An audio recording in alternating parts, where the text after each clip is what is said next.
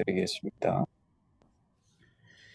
참 좋으신 하나님 아버지, 지난 한 주간도 주님의 사랑으로 우리를 품어주시고 9월의 첫째 주 토요일 아침 하나님을 경배하며 찬양하는 예배의 기쁨을 주셔서 감사합니다. 그러나 주님, 때론 세상 일로 우리 마음이 둔해져 주님 손을 놓치기도 하고 또 조급함과 분주함 속에 옛자의 모습으로 돌아간 적도 있었음을 고백하며 회개합니다. 이제 다시 하나님의 심정에 우리의 마음과 생각과 뜻을 맞추고 주님 앞에 모든 걸 내려놓고 우리 삶의 중심에 주님을 모시기 원합니다. 주님만으로 우리를 채워주시고 주님이 주신 소망을 믿음으로 바라며 사랑으로 실천하며 살아가도록 주님 날마다 우리와 동행해 주세요. 특별히 질병과 자연재해로 어려움을 겪고 있는 이웃과 세상에 주님의 치유와 회복과 위로와 평안이 함께 하시길 간절히 간구합니다.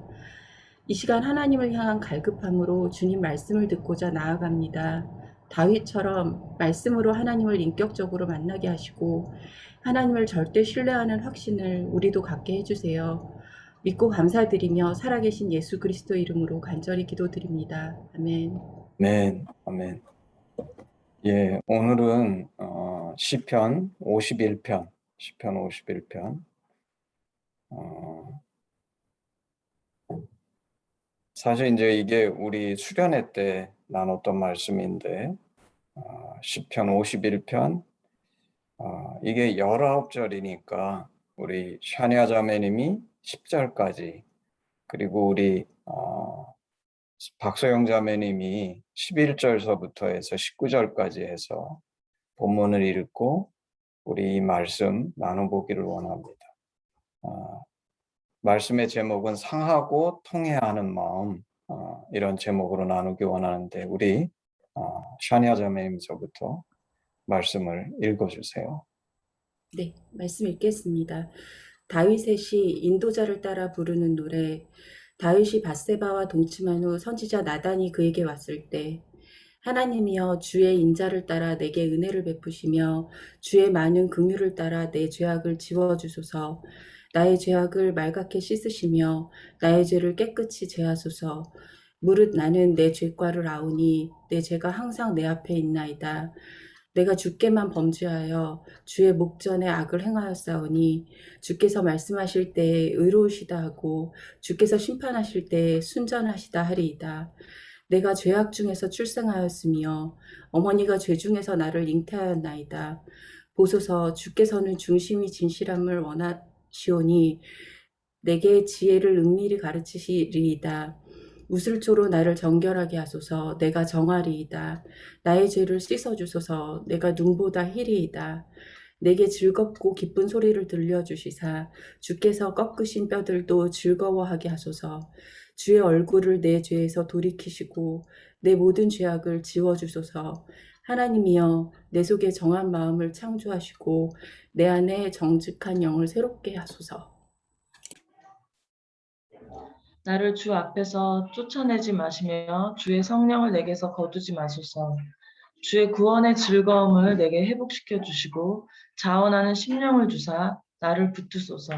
그리하면 내가 범죄자에게 주의 도를 가르치리니 죄인들이 주께 돌아오리이다. 하나님이여 나의 구원의 하나님이여 피 흘린 죄에서 나를 건지소서. 내 혀가 주의 의를 높이 노래하리이다. 주여 내 입술을 열어주소서. 내 입이 주를 찬송하여 전파하리이다. 주께서는 제사를 기뻐하지 아니하시나니 그렇지 아니하면 내가 드렸을 것이라. 주는 번제를 기뻐하지 아니하시나이다. 하나님께서 구하시는 제사는 상한 심령이라. 하나님이여 상하고 통회하는 마음을 주께서 멸시하지 아니하시리이다. 주의 은택으로 시온의 선을 행하시고 예루살렘 성을 쌓으소서.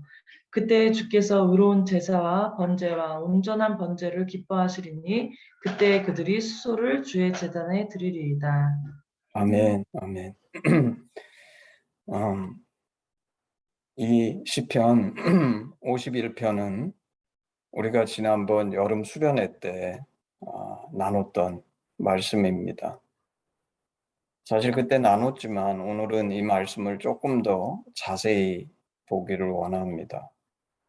51편은 그 시편의 있는 몇 개 안 되는 대표적인 회개 시인데, 특별히 오늘 이 시편은 다윗 인생에 있어서 가장 뼈아픈 죄죠. 그 밧세바하고 동침한 후에 선지자 나단이 와서 하나님께서 주시는 그가 범한 죄악에 대해서 하나님께서 지적하시는 그 메시지를 나단한테 듣고 나서 이제 다윗이 지은 시다. 그게 이제 시편 51편이라는 거죠.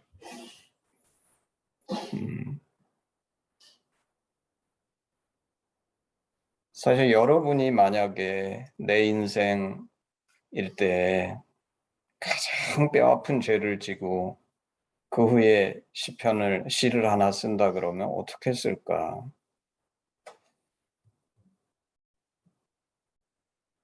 근데 사실 제가 이 51편을 묵상하면서 정말 이 다윗이 이 사람 도대체 어떤 사람일까 싶은 생각이 들었어요. 내가 그 시편을 읽으면서 그 다윗의 시편이 정말 깜짝 놀라는 시편이 많았는데 오늘 이 51편은 제가 보고 나서 이 도대체 다윗이 어떤 사람인데 이런 시를 쓸 수 있을까? 정말 이런 생각이 들었어요. 이 요새 시편을 우리가 이렇게 묵상하고 나누면서 제 아내가 이 다윗에 대해서 굉장히 더 깊이 궁금해하고 그랬는데 사실 나는 다윗 자체에 대해서 내가 그렇게 궁금하지는 않았거든요. 근데 오늘 이 시편 51편은 제가 묵상하고 나서 내가 정말 천국에 가면 이 사람 한번 꼭 만나보고 싶어요. 도대체 이 사람이 어떤 사람이길래 우리는 흔히 다윗을 장군, 정말 이스라엘의 위대한 왕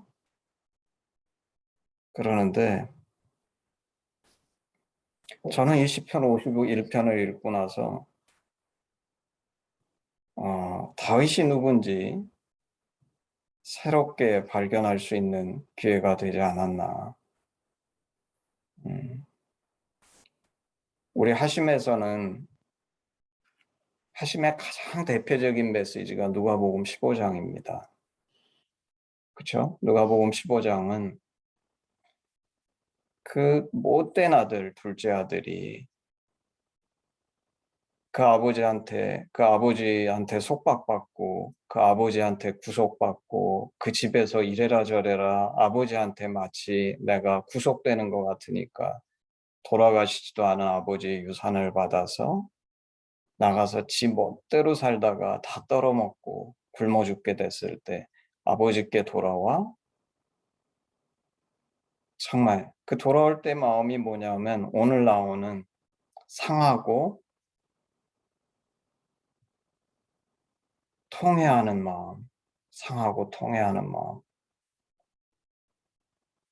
그 심정으로 사실 그 둘째 아들이 돌아오는데 우리는 그 말씀 속에서 거듭남이 무엇인지 얘기하죠. 근데 제가 만약에 신약의 누가복음 15장에 상하는 구약의 본문을 찾는다고 하면 이거구나 시편 51편. 요번에 처음으로 그렇게 생각했어요. 근데 조금 달라요. 똑같은 용서받은 탕자 얘기인데 그 신약의 누가복음 15장의 용서받은 탕자는 정말 처음 거듭나서 용서받은 탕자가 되는 거듭남의 얘기라면 오늘 시편 51편은 다윗은 이미 거듭난 자예요. 근데 그 거듭난 자가 하나님 앞에 말할 수 없는 큰 죄악을 저지르고 그 후에 어떻게 더 깊은 진정한 용서받은 탕자로 변화되는가를 보여주는 시편이 아닌가. 그래서 오늘 시편 51편을 우리 같이 한번 묵상해 보기를 원합니다.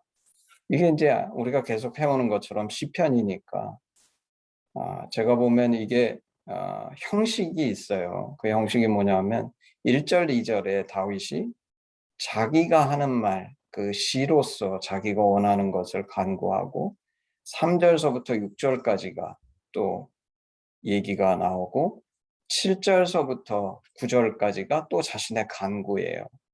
그리고 그 간구의 형태는 같이 가지만 10절서부터 12절까지가 또 다른 얘기가 나오고 13절서부터 15절까지가 자기의 간구고 16절서부터 19절까지가 이제 마지막 끝나는 얘기인데, 특별히 17절까지는 앞에서 했던 것처럼 자신이 그 중요한 얘기를 하고 18절, 19절이 일종의 결론처럼 오늘 시편이 끝나는데, 그 시작할 때의 간구는 이겁니다. 하나님이여, 주의 인자를 따라 내게 은혜를 베푸시며 주의 많은 긍휼을 따라 내 죄악을 지워주소서. 나의 죄악을 맑게 씻으시며 나의 죄를 깨끗이 제하소서. 이 너무 당연한 그 간구죠. 왜냐하면 지금 다윗이 정말 평생 하나님께서 뭐라 그러시냐면 나는 중심을 본다. 하나님 너무 사랑해가지고 온 이스라엘이 그 앞에서 벌벌 떨 때 골리앗 앞에서 그 골리앗이 이스라엘과 하나님을 모욕하는 말을 듣고 분개해서 돌멩이 5개 들고 나가가지고 그를 죽이는 그런 다윗의 그 정말 하나님 너무 깊이 사랑하는 그 다윗인데, 이 다윗이 밧세바를 와 동침한 후에 하는 간구는 하나님 제 죄악을 깨끗이 씻어 주십시오. 근데 그 씻어달라고 할 때 뭘 근거로 해서 씻어달라고 요청을 드리냐 하면 1절에 보면 주의 인자하심, 주의 많은 긍휼을 따라.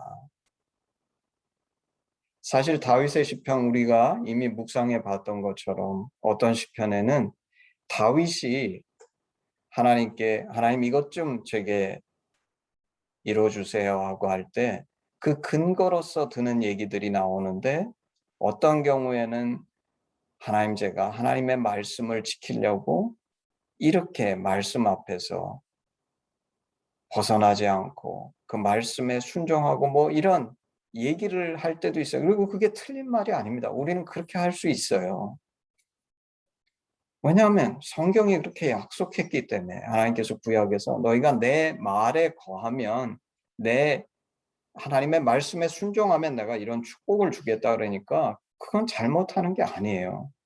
근데 사실 오늘 이 순간에는 다윗이 그렇게 주장할 수 있는 근거가 아무것도 없죠. 다윗은 사실 하나님 앞에서 자신의 죄가 사함받을 수 있는 자기 안에 아무런 조건이나 근거도 찾을 수 없는 거예요. 왜냐하면 내가 하나님께서 나를 최고로 높여주시고 내게 가장 큰 축복을 주신 그 순간에 다윗이 밧세바하고 동침해서 범죄하였기 때문에 자신 안에서는 이 죄사함을 받을 수 있는 어떠한 근거나 이유도 찾을 수 없는데, 오직 하나 다윗이 의지할 수 있었던 것은 뭐냐면 주의 인자하심, 주의 많은 긍휼이었던 거예요. 이걸 우리는 뭐라고 얘기하죠? 하나님의 성품이죠. 하나님의 심정이에요. 하나님은 이런 분이시니까 나는 정말 어떠한 이유로도 내 죄가 사함받을 수 있는 그런 자격도 없고 근거도 없지만 그 하나님의 인자하심과 긍휼로서 제 죄를 지워주소서, 나의 죄악을 맑게 씻어주십시오. 사실 이 1절, 2절은 귀하지만 제가 그렇게 놀라지는 않았어요. 우리도 아마 죄 짓고 나면 이렇게 기도할 겁니다. 근데 제가 오늘 51편에 놀란 이유가 뒤에도 계속 나오지만 제일 첫 번째 놀란 이유가 3절서부터 6절에 먼저 제가 너무 쇼킹했는데, 3절 물은 나는 내 죄가를 아오니 내 죄가 항상 내 앞에 있나이다. 여러분은 죄 지면 그 죄가 항상 여러분 앞에 있으세요? 제가 이 다윗의 시편을 묵상하면서 원래 시라는 거는 우리가 느끼는 어떤 것을 극대화해서 과장해서 표현하기도 하기 때문에 다윗도 그저 내가 그 죄의 큰 부당함 속에 있는 것을 이렇게 표현했을 수도 있다 생각할 수 있겠지만, 누누이 그동안 우리가 다윗이 쓴 시편을 보면서 우리가 발견한 것은 그게 과장법이 아니라 다윗이 진짜 그렇게 느끼는 리얼리티를 쓴 거라고 제가 계속 설명하고 보여줬잖아요. 그래서 저는 이 말씀을 이렇게 보는 거예요. 다윗이 밧세바와 동침하는 죄를 범한 후에 그 죄가 자신 앞에 항상 있는 것을 보는 겁니다. 그럼 여러분은 죄 지면 그 죄가 항상 내 앞에 있는 것을 보세요? 왜 안 보죠? 대부분의 사람들은 안 봅니다, 이거를. 왜 그러죠? 그만큼 하나님 앞에 민감하지 않기 때문에. 평소에 내가 이 죄 앞에서, 정말 죄 앞에서 이 죄가 내 앞에 없는 인생을 산 사람만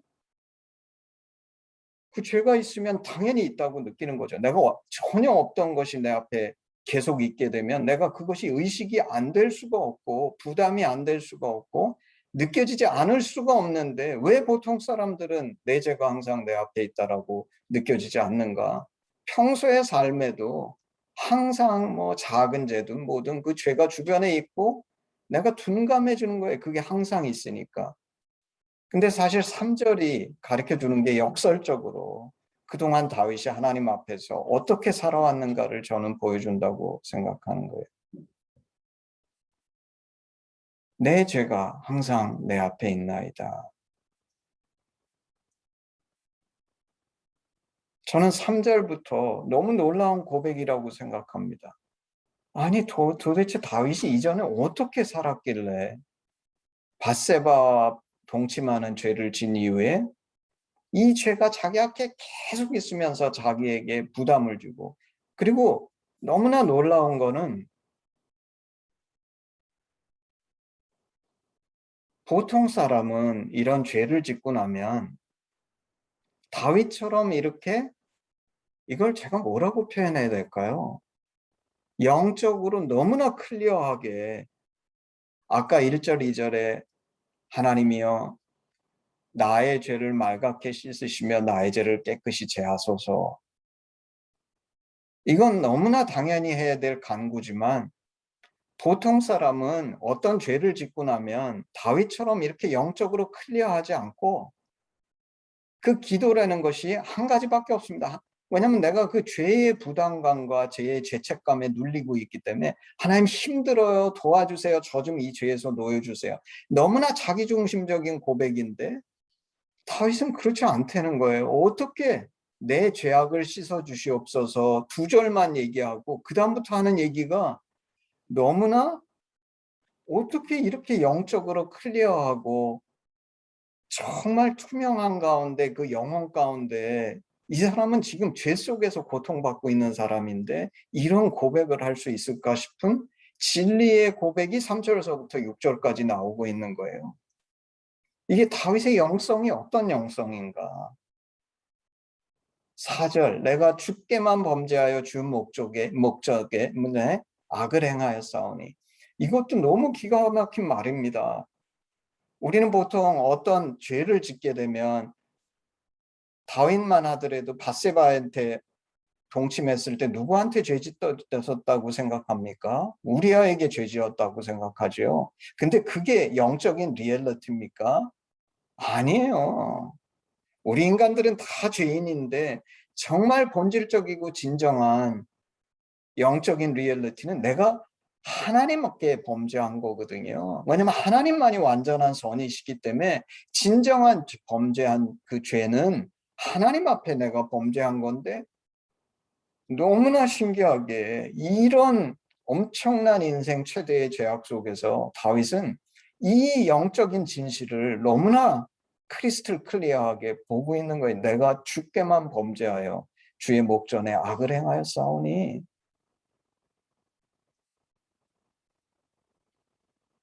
주께서 말씀하실 때에 의로우시다 하고 주께서 심판하실 때에 순전하시다 하리이다.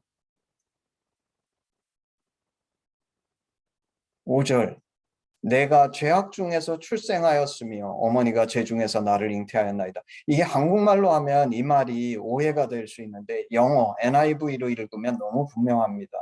Surely I was sinful at birth, sinful from the time my mother conceived me.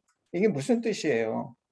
내가 날 때부터, 이 원죄에 대해서 얘기하고, 내가 날 때부터 죄인이었고, 내가 태어나는 그 순간에 나의 속성 자체가 내가 죄인이었고, 내가 무슨 의식이 들고 내가 뭐를 결정하고 뭐 이러는 성장한 후가 아니라 어머니의 태 속에서 처음 생명이 잉태된 그 순간부터 나는 이런 깊은 죄성을 갖고 있었다. 이렇게 고백하는 거예요. 다윗이 도대체 어떻게 이거를 알 수 있었을까? 아마 이 밧세바 사건을 통해서 다윗이 죄에 대해서 깊이 생각해 볼 수 있는 시간을 가진 것이 아닐까. 그러면서 아마 발견했겠죠. 아, 내가 비록 죄 짓지 않은 순간 속에서도 그런 시간들 속에서도 내 안에는 이런 깊은 죄성이 항상 있었구나. 다윗이 이것을 얼마나 깊이 깨달았는지, 내가 어머니 태 속에 처음 생명이 잉태된 순간, 이거 우리는 신학에서 원죄라고 얘기하는데 그걸 다윗이 이렇게 표현하는 겁니다. 내가 죄악 중에서 출생하였으며 어머니가 죄 중에서 나를 잉태하였나이다. 보소서 주께서는 중심이 진실함을 원하시오니 내게 지혜를 은밀히 가르치시리이다. 그러면서 6절도 너무나 놀라운 고백이에요. 이게 영어로 하면 Yet you desired faithfulness even in the womb. 이게 너무나 놀라운 우리 인생 전체를 포괄하는 말인데, 내 안에는 그런 깊은 죄성이 있지만 하나님께서는 그런 죄성을 가진 내가 하나님 앞에 faithful한 자가 되기를 원하셔가지고, 그래가지고 you taught me wisdom in the secret place. 이게 인류의 역사고 하나님의 구원의 역사하셨던 거예요. 이 깊은 고백을 하는 겁니다. 그래서 3절에서 6절, 4절밖에 되지 않지만 이 짧은 구절 속에 너무나 근본적인 펀더멘탈한 우리 기독교의 진리를 다윗이 고백하고 있어요. 원죄에 대해서도 얘기하고 있고 죄가 무엇인지 그 본질에 대해서 너무나 분명하게 얘기하고 있을 뿐만 아니라 우리 인류 역사 속에서 드러나신 하나님은 어떤 분이신가, 이거를 얘기하고 있는 거예요. 그래서 제가 이걸 뭐라고 표현하냐 하면 3절서부터 6절 사이에 다윗의 자신의 현실 속에 고백이 담겨 있는데, 그 고백이 뭐냐면 죄인 때문에 본질이 무엇인지를 고백하고 있는 거예요.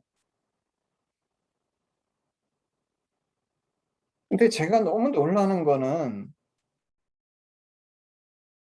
우리는 다 그래요. 그러니까 쫓기면 마음의 여유가 없어지고 진실을 보기가 어려워지죠. 죄를 졌다는 건 내가 지금 그 프레셔에 눌리고 정말 그 죄책감 속에서 한시라도 빨리, 그게 사실 1절, 2절이거든요. 이 죄책감에서 놓여나서 내가 어떻게든 좀 편안해지고 마음의 위로를 받고 평안을 찾게 되고 이걸 찾는데, 도대체 이 다윗이 어떤 사람이길래, 이 사람이 갖고 있는 영성이 뭐길래 이런 엄청난 죄악의 프레셔 속에서 그런 너무나 자기중심적인 하나님 용서해 주세요, 저를 이 죄에서 놓여주세요, 너무 힘들어 죽겠어요, 이런 단순한 고백이 아니라 너무나 객관적인 이 영적인 진리들을 깊이 인식하며 이 시편을 쓸 수 있었을까? 이런 사람이 구약에 있었을까? 너무나 신기한 거예요, 이 시편을 읽으면서.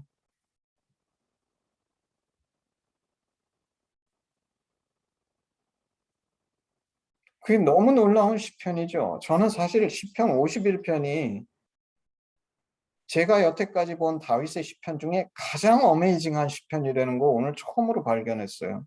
아니, 어떻게 인간이 이렇게 이 시점에 이런 묵상과 고백을 할 수 있을까? 도대체 다윗이 어떤 사람이길래? 그리고 사실 이거를 뒤집어 얘기하면 우리 죄 중에서도 우리 하나님이 어떻게 우리 가운데 깊이 은혜로 역사하시는가? 왜냐면 이 하나님의 역사하심과 함께 하심이 계시지 않으면 절대 할 수 없는 고백이 이 시편 51편의 고백이에요. 우리는 죄지면 하나님이 우리를 버리신다, 벌하신다고 벌벌 떠는 게 보통 사람들인데 오히려 다윗은 이 밧세바의 범죄 사건을 통해서 인류의 가장 깊숙한 본질과 진리를 발견하면서 그거를 자기 심령 깊숙이 정말 더 이상 깊이 경험할 수 없을 만큼 경험하면서 이 고백을 하고 있는 거예요.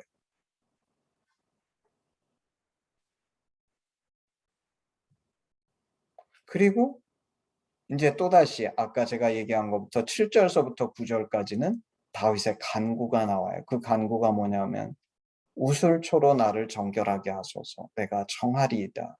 나의 죄를 씻어주소서. 내가 눈보다 희리이다. 내게 즐겁고 기쁜 소리를 들려주시사 주께서 꺾으신 뼈들로 즐거워하게 하소서. 주의 얼굴을 내 죄에서 돌이키시고 내 모든 죄악을 지워주소서. 이게 마치 이게 오페라라고 치면 이거는 정말 내가 원하는 거예요. 근데 이제 1절, 2절에 마치 백그라운드 코러스처럼 하나님 저의 죄를 깨끗이 씻겨주십시오. 그리고 진짜 깊은 묵상의 얘기가 아까 3절서부터 6절 나오고 또다시 무리들이 백그라운드 코러스처럼 내가 하고 싶은 얘기를 하는 거야. 하나님 나를 정결하게 해주시옵소서. 이 시편이니까. 그래서 7절서부터 9절 사이에 또 다윗이 이 간구를 해요. 하나님 제 죄악을 지워주시옵소서. 정말 내가 지금 얼마나 힘들고 고통스러운지 마치 주님이 내 뼈를 꺾으신 것 같은 그런 내 건데 그 뼈들로 다시 즐거워할 수 있게 해주십시오. 이 간구를 하는 거예요. 근데 그리고 나서 또다시 놀라운 묵상을 다윗이 합니다. 10절서부터 12절까지 가게 되면 형식은 간구하는 형식인데 내용은 이건 너무나 놀라운 내용이에요. 하나님이여 내 속에 정한 마음을 창조하시고 내 안에 정직한 영을 새롭게 하소서. 우리 보통 사람들은 죄 지면 하나님께 뭐라고 간구하냐면 하나님 내 죄를 용서해 주세요. 그리고 용서받았다는 그런 느낌이 들거나 뭐 말씀으로 받았다고 확신하든지 뭐 어쩌고 하면서 그럼 오케이, it's over.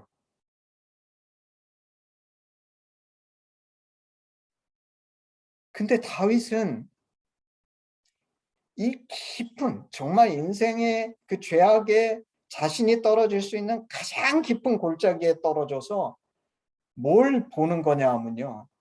하나님이 누구신지를 진짜 보는 거예요. 그게 뭐냐면 내가 이 땅에서 정말 믿는 자로서 살아갈 수 있는 이유는 우리 하나님은 창조주신데 그 하나님이 끊임없이 내 마음속에 정한 마음을 창조하시고 정직한 영을 새롭게 하시기 때문이다. 근데 지금 이게 다윗이 최상의 상태에서 찬양하면서 이 말씀을 드리는 게 아니라 자신의 가장 극악무도한 죄악의 가장 깊은 골짜기 바닥 속에서 무슨 고백을 하냐면 인류가 할 수 있는 가장 최고의 하나님이 누구신지에 대한 그 깊은 고백을 하고 있는 거예요. 그게 뭐냐면 우리 하나님은 나와 같은 이런 정말 못된 죄인 최고의 인생의 죄악 가운데 가장 낮은 자리에 떨어진 자의 심령을 심판하시고 버리시는 하나님이 아니라 그런 내 속에 정한 마음을 창조하시고 내 안에 정직한 영을 새롭게 하시는 하나님이시다.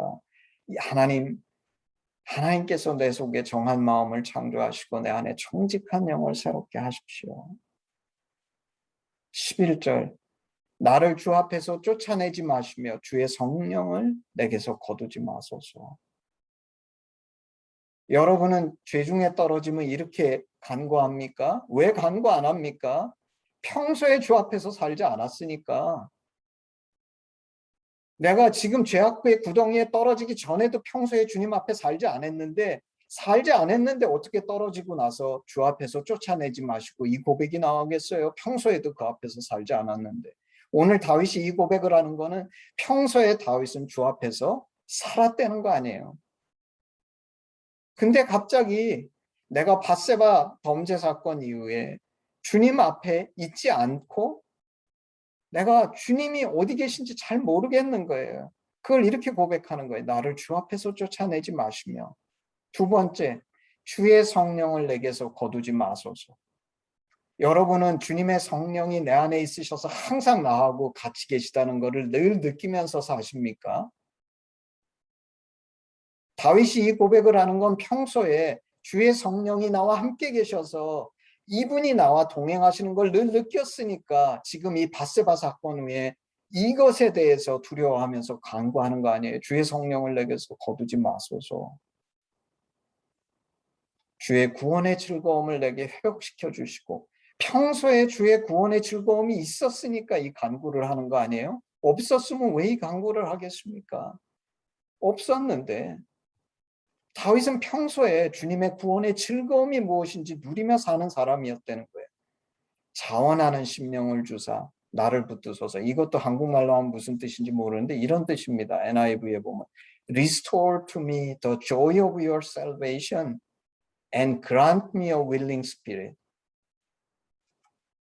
그래서 구원의 기쁨을 회복시키시고 내 안에서 그 구원의 기쁨 안에서 윌링하게 하나님 안에서 늘 거하는 그런 스피릿을 주셔서 나를 계속 그 안에서 거할 수 있도록 하나님 저를 도와주시옵소서. 이 간구를 하는 거예요. 그래서 사실 10절서부터 12절이 우리 많이 하는 영어 찬양 아니에요? Create in me a pure heart, O God, and renew a steadfast spirit within me. Do not cast me from your presence or take your Holy Spirit from me. Restore to me the joy of your salvation and grant me a willing spirit to sustain me. 근데 저는 이것이 단순한 바람의 시가 아니라 다윗이 무엇을 누리고 갖고 있었는지를 보여줄 뿐만 아니라 그것들을 잃어버리면서 하나님께 간구하는 간구라는 걸 볼 때 너무 놀란 거예요. 아니 도대체 과연 이런 사람이 우리 주변에 있나? 내가 살아서 이런 분을 한번 만난 적이 있을까? 평소에 주님의 구원의 그 즐거움으로 늘 그 가운데 있으며 그것이 나를 서스테인해주고 주님 앞에 임재 앞에서 늘 살면서 주의 성령이 나와 함께 하신다는 것을 늘 인식하고 느끼고 하나님께서 내 안에서 끊임없이 정한 마음을 창조하시고 정직한 영을 새롭게 하시는 그런 고백과 삶이 있는 사람이 정말 있었나? 내가 살면서 이런 분을 본 적이 있는가? 근데 다윗이 이렇게 고백할 수 있는 이유는 과장이 아니라 본인이 이런 삶을 살았기 때문에 고백할 수 있다는 거예요. 왜냐하면 다윗의 시대는 우리처럼 신학이 풍부한 시대가 아닙니다. 이게 자기가 체험하지 않았으면 결코 할 수 없는 말이에요. 우리는 무슨 신학적으로 교회에 가가지고 예수 믿으면 거듭나가지고 뭐 이런 설명 내가 하나도 누리지 못했어도 엄청난 설명을 들었지만 다윗의 시대는 제사장도 이런 설명해 줄 수 없는 거예요.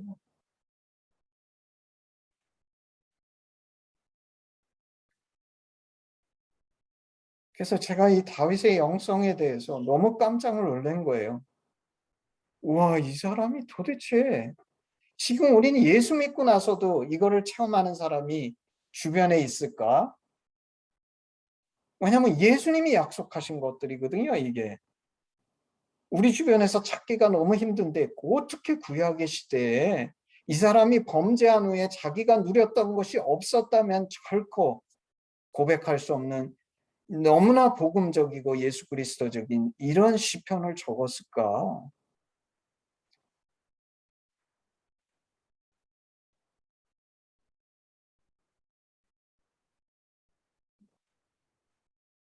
그러면서 제가 왜 다윗 시대가 그렇게 축복된 시대였는가?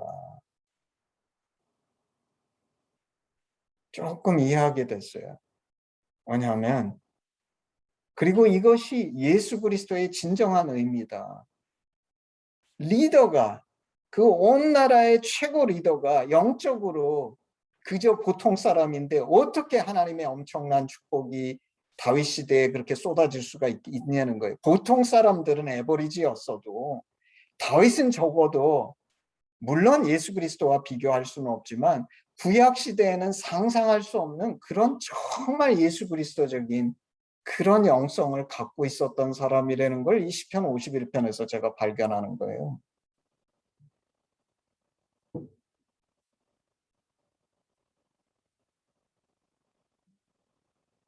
13절. 그리하면 내가 범죄자에게 주의 도를 가르치리니 죄인들이 주께 돌아오리이다. 이건 이 뜻이죠. 하나님, 제가 죄 졌는데 주님께서 제가 간구하는 것처럼, 그리고 제가 고백하는 것처럼 이런 하나님이신 것을 제게 다시 누리게 해주신다 그러면 그러면 누구에게 내가 이 복음을 전하겠습니까? 내가 범죄했던 것처럼 범죄했던 죄인들에게 이 복음을 전할 거 아니에요? 돌아와라. 너희도 돌아오기만 하면 내가 누리는 이 모든 축복들을 누릴 수 있다. 그게 복음이잖아요. 14절. 하나님이여 나의 구원의 하나님이여. 13절서부터 15절까지는 아까 제가 했던 것처럼 다윗의 간구예요. 처음에 마치 백그라운드 코러스가 자신의 간구, 그 다음에 너무나 깊은 영적인 진리, 아까 원죄가 뭔지 죄가 뭔지 그 본질이 무엇인지에 대해서 얘기하고, 또 죄를 깨끗게 해주십시오. 그 간구가 나오고, 그 다음 한 얘기가 좀 전에 제가 얘기했던 10절서부터 12절까지 정말 놀라운 영적인 고백. 그리고 나서 이제 13절에서부터 15절이 또다시 간구해요. 그리하면 내가 범죄자에게 주의 도를 가르치리니 죄인들이 주께 돌아오리이다. 하나님이여 나의 구원의 하나님이여 피 흘린 죄에서 나를 건지소서. 내 혀가 주의 의를 높이 노래하리이다. 주여 내 입술을 열어 주소서. 내 입이 주를 찬송하여 전파하리이다. 근데 너무 놀라운 거는, 그리고서 마치 뭐 같으냐면 아까 그 3절에서 6절 그 죄인의 본질, 이건 현실이에요. 왜냐면 내가 지금 죄인이니까. 그리고 아까 제가 얘기한 10절에서부터 12절 Create in me a pure heart로 시작하는 이 10절에서 12절은 저는 뭐라고 보냐면, 아까 그 죄인의 본질은 인간이 무엇인가, 내가 누군가, 나의 본질이 무엇인가를 가르쳐 주는데, 10절에서부터 12절까지는 뭘 보여주냐면 하나님이 누구신가. Who is God? 우리 하나님은 이런 못된 인간, 죄인에게 정한 마음을 창조하시고 정직한 영을 새롭게 하시고, 그런 나를 쫓아내지 않으시고 주의 성령을 내게서 거두지 않으시며 구원의 즐거움을 회복시키시고 자원하는 심령을 주시는 하나님이다. 그러지 않다 그러면 내가 어떻게 이분에게 이런 간구를 할 수 있겠어요? 그런 분이 아닌데, 이건 하나님의 심정이 무엇인지를 보여주고, 아까는 인간이 무엇인지를 보여줘요.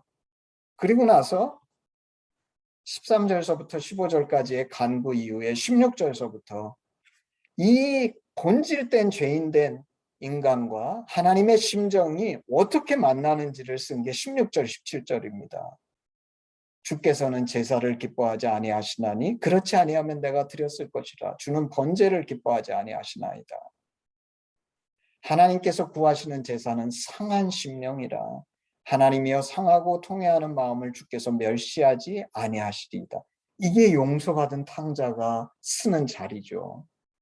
이 본질된 죄인이 이 놀라우신 하나님, 정말 이 하나님과 진심으로 만나는 자리가 어디냐면 이 상한 심령이라는 거예요. 이걸 우리는 뭐라고 얘기하냐면 회개라고 얘기해요. 회개. 내가 이 상한 심령으로 하나님 앞에 나갈 때 무슨 일이 벌어지는 겁니까? 나는 본질적으로 죄인된 인간인데 이 하나님이 누구신지를 깊이 깨닫고 발견해서, 그리고 그 고백이 다윗은 그 자리까지 가게 되는 거예요. 그게 18절, 19절입니다. 주의 은택으로 시온의 선을 행하시고 예루살렘 성을 쌓으소서. 그때 주께서 의로운 제사와 번제와 온전한 번제를 기뻐하시리니 그때 그들의 숫소를 주의 제단에 드리리이다. 지금은 내가 죄인으로서 하나님 앞에 상한 심령을 갖고 쓰지만 우리 하나님의 은혜로 예루살렘 성, 다시 말해서 온전한 하나님의 성이 쌓이고 온전한 제사를 드리게 될 텐데, 그건 어떻게 가능합니까? 주님이 나를 받아주시기 때문에 가능한 거죠. 그래서 다윗은 완전히 이것을 경험했는지는 모르겠지만 그것을 분명히 기대하면서 18절, 19절을 쓰는 거예요. 하나님 반드시 나를 받아주실 거다. 그러니까 그게 역사 속에도 드러나요. 밧세바 사건으로 범죄함으로 나단이 와서 한 얘기가 뭐냐면 너의 죄 때문에 그 아이가 반드시 죽으리라. 다윗이 하나님 앞에 금식하고 엎드려 있죠. 만약에 내가 하나님은 엄하셔가지고 이렇게 반드시 벌하실 거라고 생각하면 뭐 하려고 금식하고 있습니까? 하나님의 은혜를 기대하기 때문에 금식하고 있는 거죠. 시편 51편은 우리에게 너무나 중요한 주제를 던져주고 있어요. 그게 뭡니까? 오늘날 그리스도인들도 제가 보면 두 종류의 사람들이 있어요. 한 사람들은 유대인이에요. 구약에 머물러 있어요. 구약의 율법은 뭐라 그러냐면 네가 죄지면 죄의 대가로 심판이 있다. 거기에 머물러 있어요. 그래서 사실 오늘 50편, 51편에 나오는 자신의 죄인의 본질됨에 대해서 깊이 인식하지 못하고 자기가 지금 말씀을 조금 순종하기 때문에 다른 사람들을 쳐다보면서 항상 죄인 못됐어 벌 받아야 돼 이런 잣대로 되고 있는데 그 잣대가 사실 다른 사람에게 되는 잣대가 아니라 심판대 앞에 서면 내가 그 잣대 앞에 선다는 걸. 그래서 예수님께서 맨날 얘기하시잖아요. 비판하지 마라. 근데 오늘 다윗은 구약의 사람인데 너무나 놀라운 고백을 시편 51편에 하고 있는 거예요. 나는 밧세바를 범한 너무나 본질된, 근데 그 죄는 내가 지금 잠깐 실수한 게 아니라 내 태중에, 어머님 태중에 있을 때부터 나는 원래 그런 사람이었어. 근데 내게 소망이 있어. 왜냐하면 이 하나님 때문에 내 안에 청한 마음을 창조하시고 정직한 영을 새롭게 하시는 이 하나님 때문에 나는 소망이 있어. 그리고 그 소망 가운데에서 구원에 대해서 얘기하는 이 다윗의 시편. 하나님은 어떤 분이신 거예요? 죽이고 멸망시키고 심판하시는 분이 아니라 예수님께서 보여주신 것처럼 우리 하심에서 맨날 강조하잖아요. 그게 뭡니까? 우리 하나님은 정말 진정한 사랑의 하나님이시다.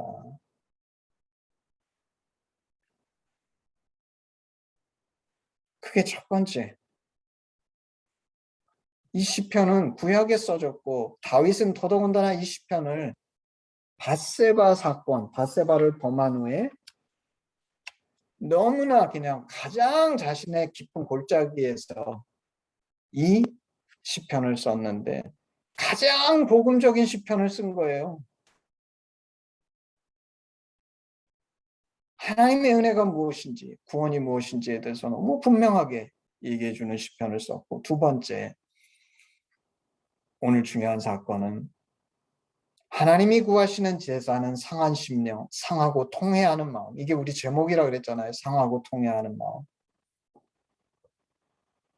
오늘날 그리스도인들이 얼마나 착각하고 삽니까? 헌금 드리고 예배 드리고 뭐 했으면 내가 제대로 한 줄 아는데 그게 아니라는 거야. 하나님은 뭘 원하시는가? 나의 하트를 원하신다. 내 하트는 내 멋대로 하면서 그까지 시시껄렁한 번제를 좀 드렸다고 해서 내가 제대로 신앙생활한 줄 알면 그건 완전한 착각이다.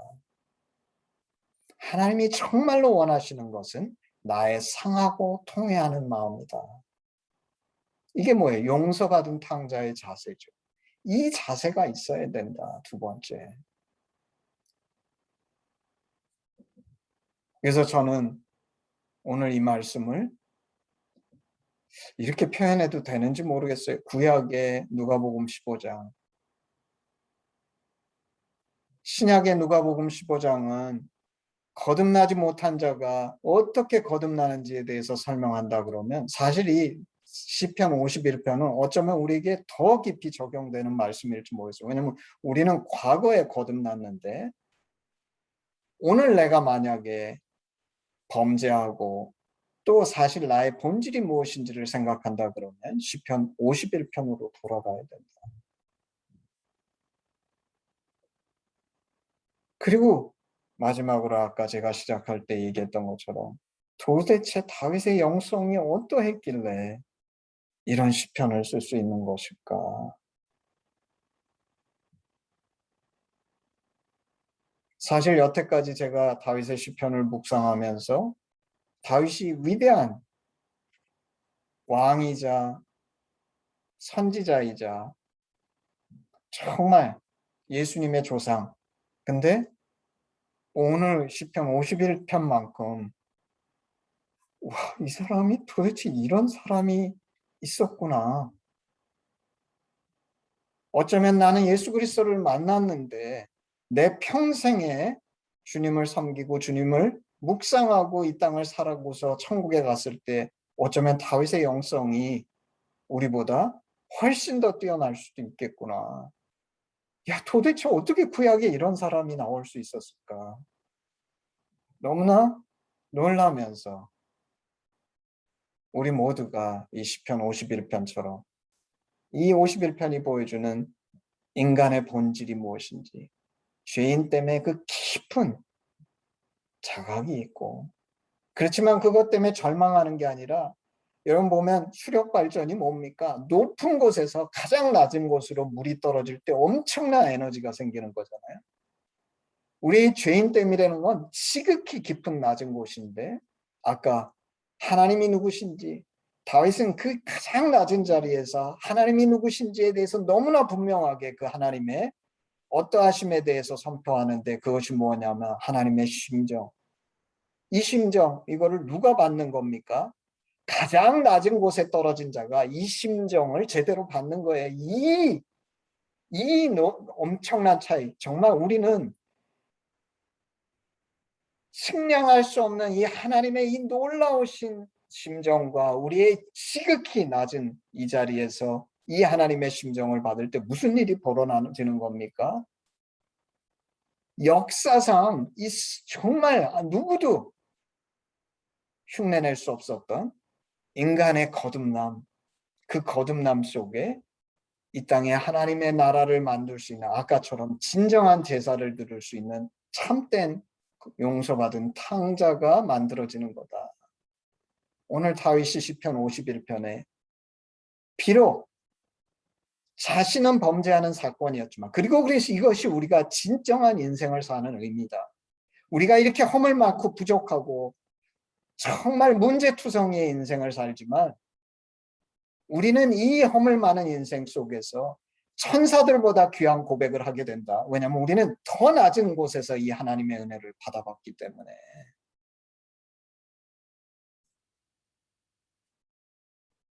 저는 이 시편 51편을 발견한 것이 너무나 감사하고, 이 다윗이 천국에 가면 좀 가서 만나보고 얘기하고 교제해보고 싶어요. 구약인데 어떻게 이렇게 깊은 영성을 가질 수 있었을까? 거기선 영원히 살 테니까 우리 오랫동안 같이 교제하면서 합시다. 살아봅시다. 할 수 있는 우리들이 되기를 주님의 이름으로 축복합니다. 예, 우리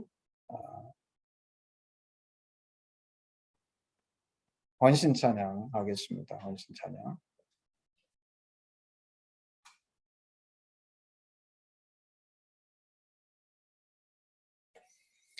내게 있는 모든 것을 아낌없이 드리네.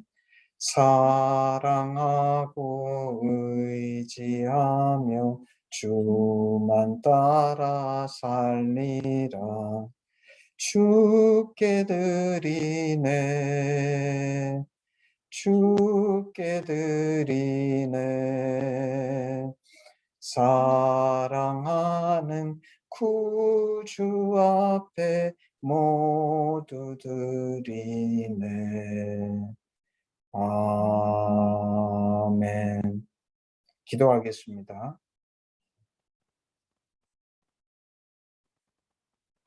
아버지 하나님, 감사합니다. 참 다윗의 시편 51편을 보면서 그 다윗의 죄가 너무나 뼈저린 하나님의 심장에 대못을 받는 아픔이었지만 동시에 왜 주님이 우리를 만드셔서 우리 같은 죄인을 위해서 십자가에 달려 죽으시고 우리같이 부족하고 연약한 자로 자녀 삼으신지를 이 시편을 보면서 깨닫게 됩니다. 하나님, 다윗의 고백처럼 내가 죄악 중에서 출생하였으며 저희는 날 때부터 죄인된 그런 본성을 갖고 있는데, 그렇기 때문에 우리는 이 땅에서 범죄하고 실수하지만 우리 하나님, 이 하나님의 심정, 하나님은 내 속에 정한 마음을 창조하시고 오늘도 살아서 역사하셔서 끊임없이 내 안에 재창조하시고 정직한 영을 새롭게 하시며 나로 주 앞에 거하게 하시고 주의 성령을 내게 부어주실 뿐만 아니라 구원의 즐거움으로 내게 차게 하시고 나로 자원하는 심령을 주셔서 지속하게 하시는 놀라운 생명과 능력의 하나님이심을 고백합니다. 아버지, 저희로 정말 이 하나님 앞에 섰다면 상하고 통회하는 마음으로 다시는 그 죄악된 자리로 돌아가지 않는 진정한 제사를 드릴 수 있는 우리가 될 수 있게 하나님 축복하시고, 이 메시지를 듣는 모든 영혼들이 다윗처럼 이 하나님, 이 구원의 하나님, 정말 나의 죄와 부족함, 이 세상의 죄와 하나님 사이에서 하나님이 넉넉하게 승리하실 뿐만 아니라 다윗의 인생이 보여줬던 것처럼 이 하나님의 은혜가 이 모든 것을 덮고도 남음이 있음을 깨달아 이 주님 안에 거하는 저희가 될 수 있도록 축복하여 주시옵소서. 감사드리며 예수님의 이름으로 기도했습니다. 아멘. 우리 헌신기도문으로 예배를 마무리하겠습니다. 아바 아버지, 예수님의 죽으심과 부활하심으로 우리를 향한 당신의 사랑을 확증하시고 예수 안에 성령으로 당신과 하나 되게 하시니 감사합니다. 구하오니 우리 공동체가 당신 안에 더욱 하나 되게 하시고 우리를 온전케 하사 대한민국과 열방 가운데 당신의 심정이 더욱 증거되게 하시옵소서. 나라와 권세와 영광이 아버지께 영원히 있사옵나이다. 아멘. 우리 예배를 마쳤습니다. 우리